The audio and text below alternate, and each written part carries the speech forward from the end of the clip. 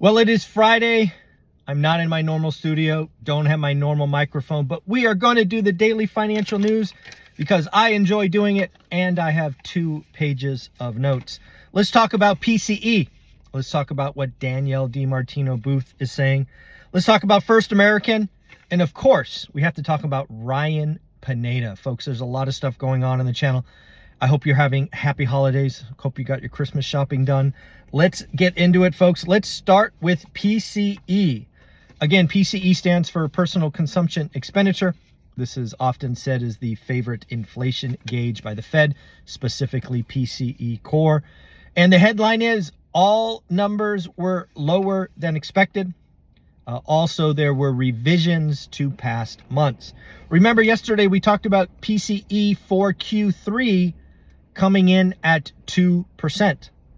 Today, folks, we learn with the latest PCE reading, the last 6 months, if you annualize the last 6 months, we were at 2% inflation. Again, folks, this is really goes back to what I'm saying. I think inflation is falling faster than expected. I think there is a more than good chance that the Fed cuts rates without a recession, without unemployment spiking, just because they do not want to increase the restrictive nature. They will see the economy weakening for sure, but from there we shall see. So what do the numbers look like exactly? PCE headline, 2.6. Expected, 2.8. Last, 2.9. Again, remember, these are monthly numbers. That is quite a drop for a single month. How about core PCE? Came in at 3.2. Expected, 3.3. Last, 3.5. Again, a significant drop in a 1 month period. How about the month-on-month numbers, folks? Get ready for deflation. Yes, not disinflation, inflation, but deflation.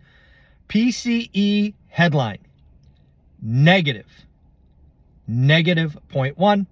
The estimate was 0. PCE core, 0.1. Last or estimate was 0.2. So all 4 PCE variables were lower than expected. The trailing last 6 months, I think I said earlier, was 2%. It's actually 1.9%. Folks, I'm on an island. There is not a lot of people that are in my camp. I know there are folks like Dan Bird that believe rapid rise in unemployment is the only way the Fed cuts. I think I'm going to stand by my call that we will see the Fed cut rates even without a recession.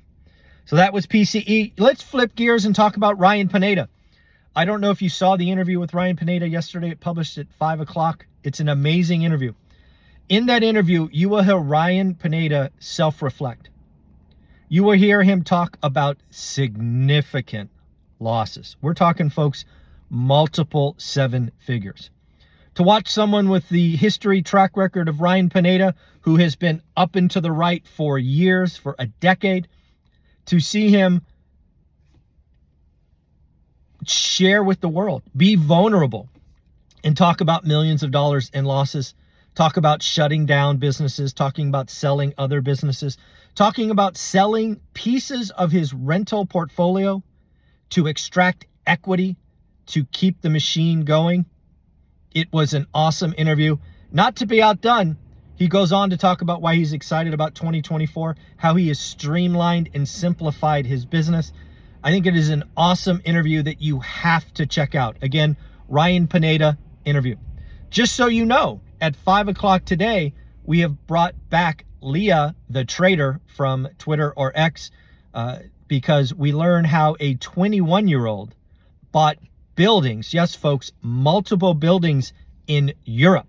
If you are watching this in Europe and wondering how investors get started, you will hear from Leah at 5 o'clock today about buying multiple buildings in Europe at 21 years old. I couldn't imagine.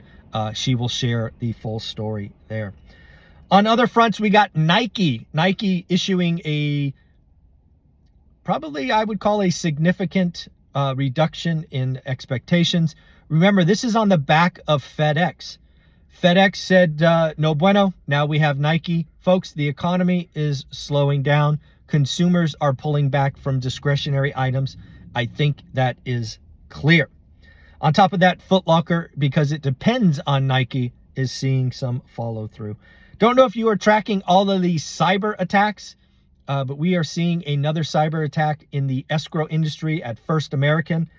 If you are trying to close a deal at First American this week or next, you are probably going to be delayed. Yes, First American, unfortunately, is suffering from that. Let's move on to Danielle DiMartino Booth. Danielle DiMartino Booth is someone who's been on the channel, somebody I respect. I think she has a wonderful handle on the Fed. In fact, she was the first person on this channel to talk about the Fed may pause, the Fed may cut, but what you have to watch is QT.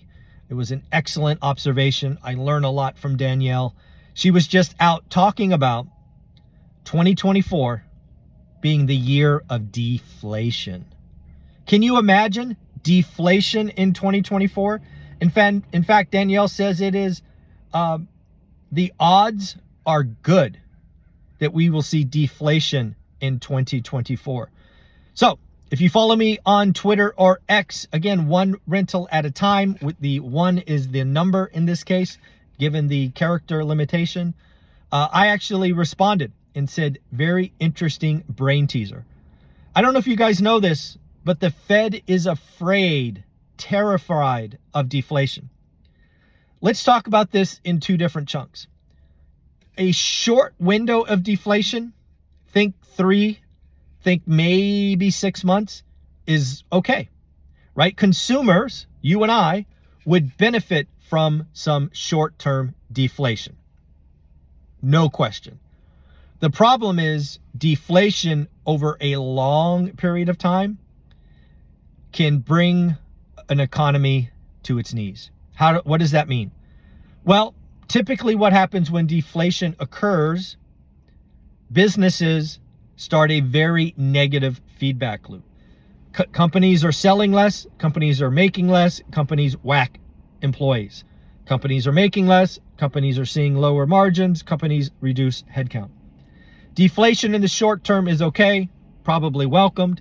Deflation over multiple quarters is not something we really should look forward to. But I gotta ask, if 2024 starts a deflationary cycle, what happens? This is what I think happens. Please tell me if you agree or disagree. First and foremost, given the terrified nature that the Fed has of long-term deflation, I think it is fair to say that rates would crash. Next, not only rates would crash, rates might go to zero, which is something I hope we never do again. But if deflation proves to be significant, they will not only crash, but they will go back to zero. Next up, QT will, without question, stop. QT will stop. Not only will QT stop, but QE will start. On top of that, I am confident in saying the Fed would create brand new programs to make sure the banking and lending industry continues to float and move along. I believe if deflation happens, we would see the government spend.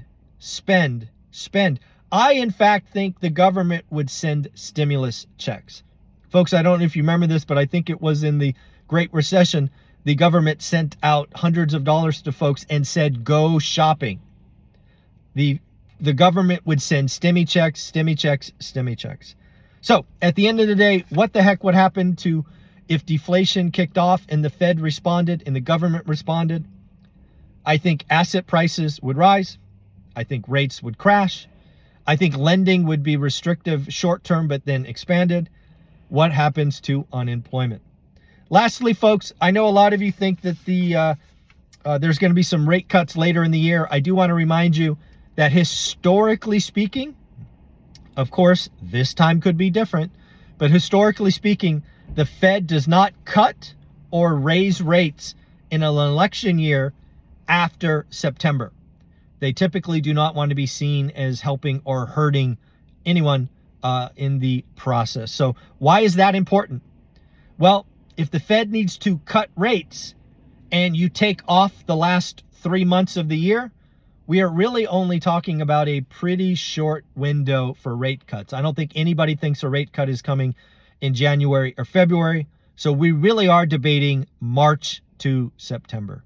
Alrighty, folks, I hope you appreciated this. We did this from the car. I had a little break in time. I did the work. Happy holidays. Merry Christmas. Bye.